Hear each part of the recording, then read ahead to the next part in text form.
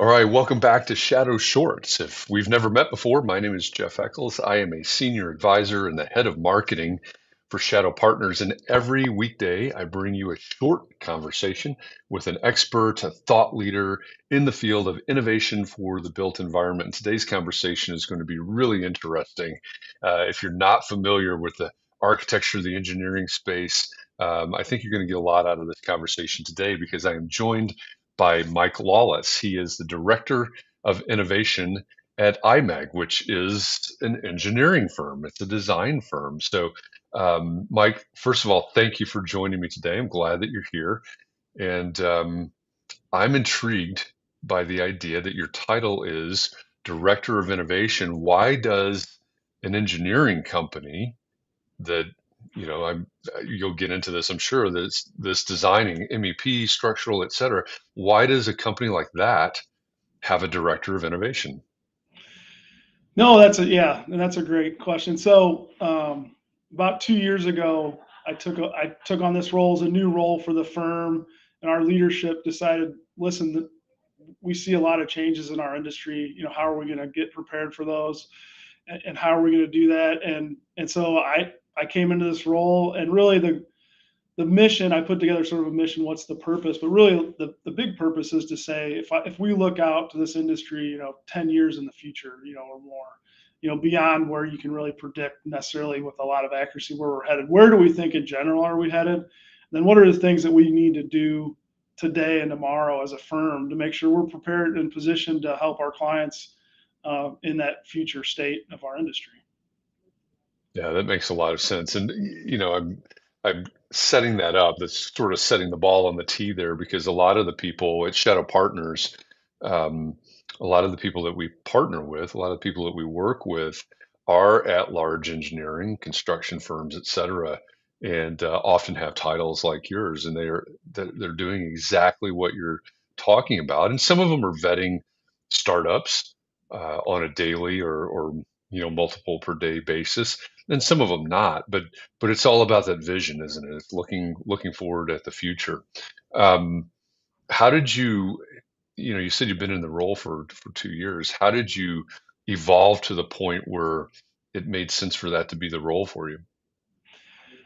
Yeah, I mean, I think obviously getting selected for this role, I've had a number of ideas over the years, and made suggestions, and some of those have been, I think, turned out to be pretty good thoughts about where, kind of where we should head. I'm not shy about sharing and asking questions about where we're headed, and I've our CEO Paul Van Dyne has gotten calls from me, and I'm like talking to him, and then I'm like, with about an idea. I'm like, Paul, where are you? He's like, I'm walking on the beach with my wife. I'm like, oh, I'm sorry. We could talk more, but he's always willing to take the calls and listen. And so, as a firm, I led a team, and we had meetings about innovation and where we were headed, and I would share my thoughts. And from what I was pretty honored that they asked me to do this, and I think yeah, pretty fortunate. I've always had a different sort of viewpoint, a different perspective, probably an odd perspective at times. And as a younger kid, definitely a challenge with some of those things. I feel like this is, really the role that maybe suits me the best of any role I've had. So it's been pretty exciting for me. That makes sense. Are you paying attention mainly to your services and how you serve your clients, or are you looking even beyond that at the technology that's going to be involved in buildings, so to speak?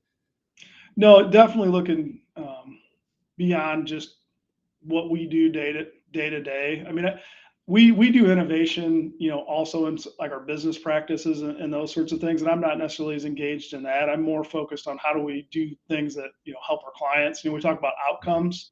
How do we get better Yeah. outcomes for our clients? And then also, a lot of that also goes along with how are we efficient in the things that we do. But I don't think I think as we look to the future and we think about the future, we do a lot of design. It's a big part of what we do, but we also have some really nice folks that work in more the planning stage. We've got health information technology planning, intelligent buildings.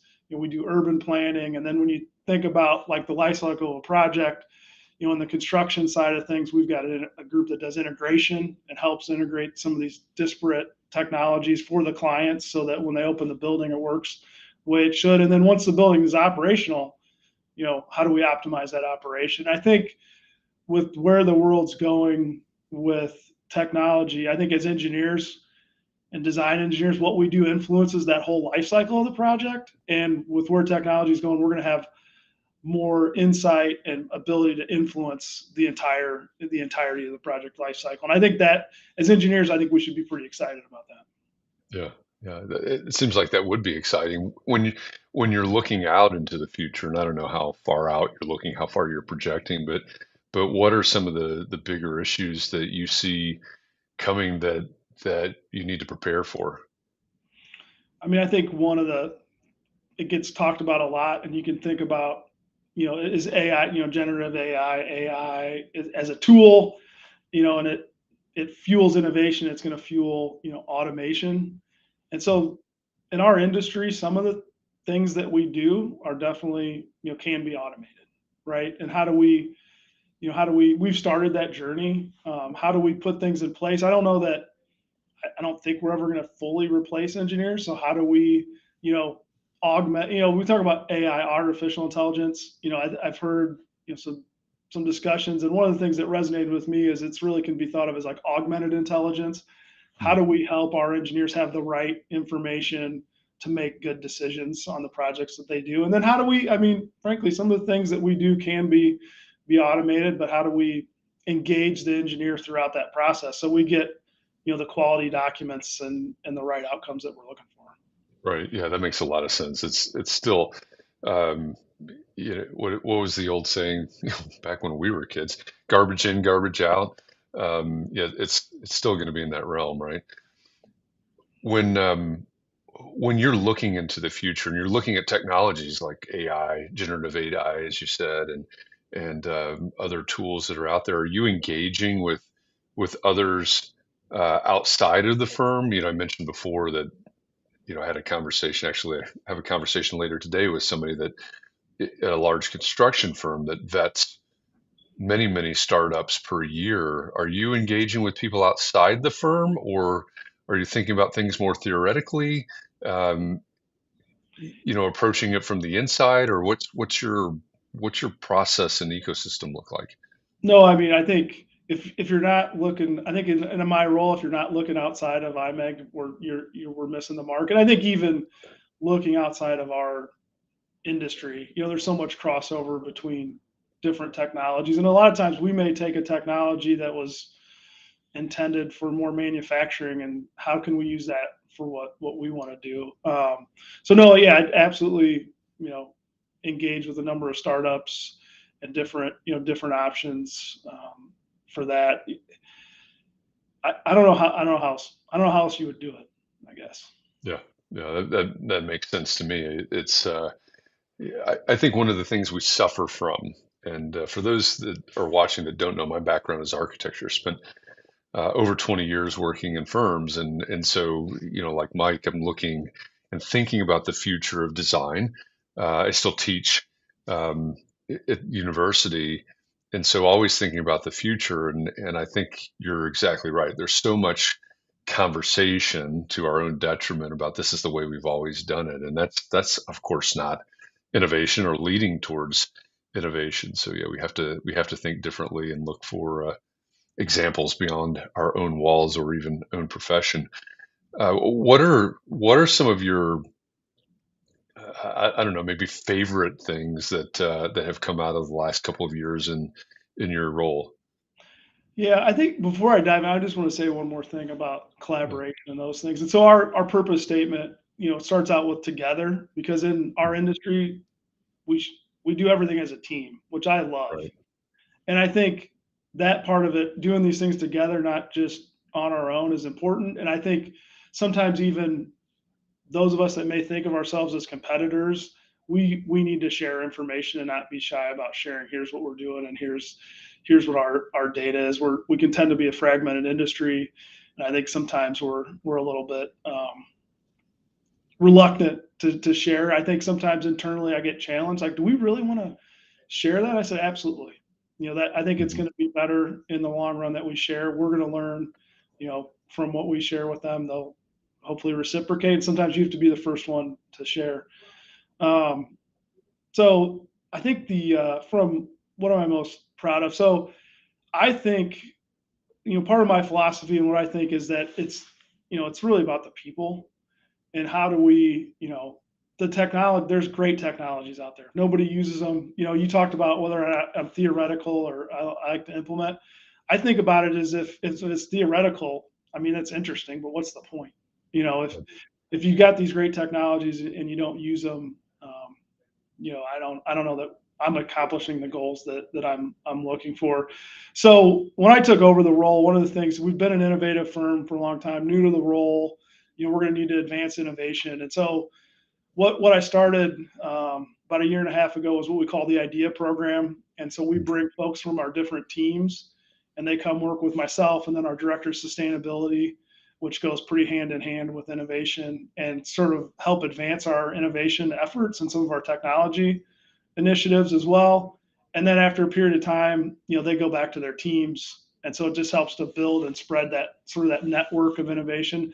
I don't think, I think it's great to have a group that can be dedicated to innovation, but what I'm most interested in is continuing to build on our overall firm's innovative culture, and having a small group of people that innovates doesn't have the same powers. If we have all 2,500 of us as a firm innovating, there's a lot of power in that group of people working together to solve these problems. Yeah, I'm glad you said that. We've got a conversation coming up. Here's a little commercial break, I guess. In October in Atlanta, um, we will host the seventh annual Shadow Summit, the 24th through the 26th of October in Atlanta. And one of the talks that we just nailed down um, this week, actually, for the summit, talk hasn't even been announced yet, but it'll be a talk about building a culture of innovation. So I'm glad that you said that. It sounds like you're right in that same thought process, same belief that there has to be a culture. You have to develop a culture um, within the organization to be a culture of innovation. No, absolutely. So I went to the Shadow Summit last year, and this is on. We didn't talk about this at a time, but had a for really a great experience, a great conference, one of probably the better conferences I've been to. But yes, the culture, to go to the culture of innovation piece. So I'm an engineer. The rest of my three siblings are teachers and coaches. My parents are teachers, and my dad coached, among other things like 53 seasons or so of track. And so, I'm an engineer, but I definitely have that perspective of I love working with people and coaching and mentoring and fostering, hopefully, that environment where people are comfortable to take risks and innovate. I think that's just really important for any company. I think the goal there is we're going to have change. Our industry is going to have change, and I think we're coming up on a time where I think every time people would say, "Hey, I think we're going to have more rapid change in the future." But I think if you look at over time, the cycles of change have definitely gotten shorter. And how do you prepare for that? One of the best ways to prepare for that is having an organization that is innovative and ready to make those changes and adopt the new technologies as they come out, and can innovate at the speed of technology that we're going to see. Yeah, yeah, we see that all the time. In fact, we in-house and talks we do around the country at conferences and things, we talk about the fact that we're in this. Uh, I think we used to talk about we're sort of on the brink, but now we're in this decade, this exponential decade. Where this change, like you said, the cycles are getting shorter, and the change is going to be because of that short cycling. Changes are going to be more intense or seem more intense. So I think that's a really great point. I'm glad that at IMEG that you're looking ahead towards that and preparing for that and preparing your clients for that, your customers for that as well. That's super important in the service industry, of course.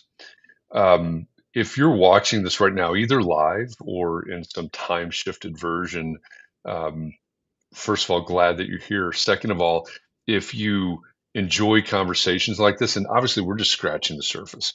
So shadow shorts, we've got 10 to 15 minutes for these conversations. We could take this for at least an hour on these couple of topics that we're touching on. But if you want more of this, think about Shadow Summit. Like I said, it's the 7th annual. It'll be in Atlanta, October 24th through 26th. The opening reception is the 24th, and 2 days of deep discussions, taking ideas like what Mike and I have been talking about, and really doing a deep dive into them over the course of the couple of days. Our CEO KP Reddy has described Shadow Summit 2023 as a Cliff's Notes version of everything that's happened in terms of innovation for the built environment this year, and then a heads up.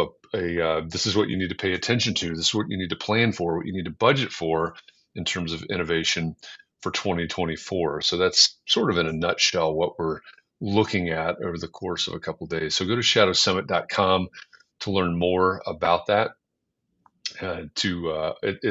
It's a highly curated, purposefully intimate conference. There's only going to be 200 tickets, so and many of those are sold already. So if you want, go over to shadowsummit.com, and there's a button at the top where you can apply to get a ticket and to join us. And if you'd like to sponsor something like that, there are still sponsorship opportunities as well. Shadowsummit.com, and we can let you know more about that.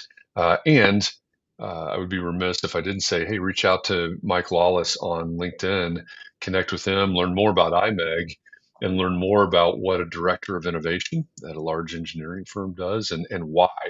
It does surprise me from time to time, and we've talked about this, that I'll run into somebody that doesn't understand why is there someone that's paying attention to innovation at a construction firm or an architecture firm or an engineering firm. And Mike is spilling the beans. He's telling you why. It's really important as we look forward to the future, not only of his profession, design and delivery on design, but also everything in the built environment. So, Mike, I really appreciate you being here and sharing your insights, and I admire what you're doing over there at IMEG. Yeah, no, thanks for having me. It was fun. Yeah, absolutely. Glad you're here. Thanks for this. And thanks to you for watching. I'll be back tomorrow with another Shadow Short, another conversation with an expert, a thought leader in the realm of innovation for the built environment. Thanks for joining us. See you tomorrow.